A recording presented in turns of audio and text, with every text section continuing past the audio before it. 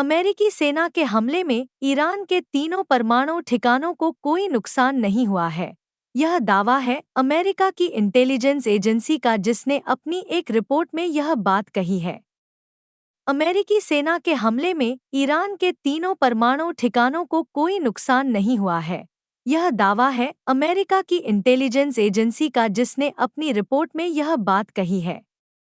America ने पिछले दिनों ईरान के नतांज, फोर्डो और इस्फहान परमाणु ठिकाने को B-2 बॉम्बर से निशाना बनाया था।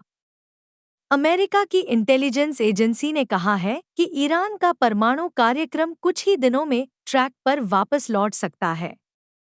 डिफेंस इंटेलिजेंस एजेंसी की तरफ से ईरान को लेकर किया गए इस दावे को राष्ट्रपति डोनाल्ड ट्रंप और इजरायल के प्रधानमंत्री बेंजामिन नेतन्याहू ने सिरे से नकार दिया है। यह एजेंसी पेंटागन की इंटेलिजेंस शाखा है। राष्ट्रपति ट्रंप का दावा है गलत।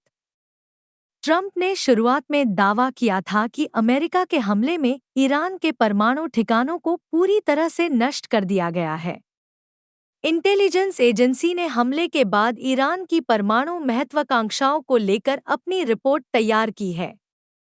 CNN की माने तो इस रिपोर्ट में और ज़्यादा जानकारी होने पर बदलाव हो सकता है। ट्रंप ने बार बार दावा किया है कि हमलों में ईरान की परमाणु एनरिचमेंट फैसिलिटीज को पूरी तरह से तबाह कर दिया गया है। अमेरिका के रक्षा सचिव पीट हेगसेथ ने भी रविवार को कहा था कि ईरान की परमाणु महत्वाकांक्षाओं को अब खत्म कर दिया गया है। ईरान ने पहले ही हटा दिया यूरेनियम।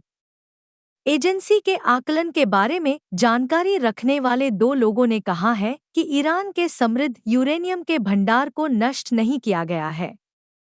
एक सूत्र ने बताया है कि सेंट्रीफ्यूज काफी हद तक बरकरार हैं, जबकि एक और स्रोत का कहना है कि खुफिया जानकारी के अनुसार अमेरिकी हमलों से पहले ही ईरान ने एनरिच्ड यूरेनियम को साइट से हटा दिया था।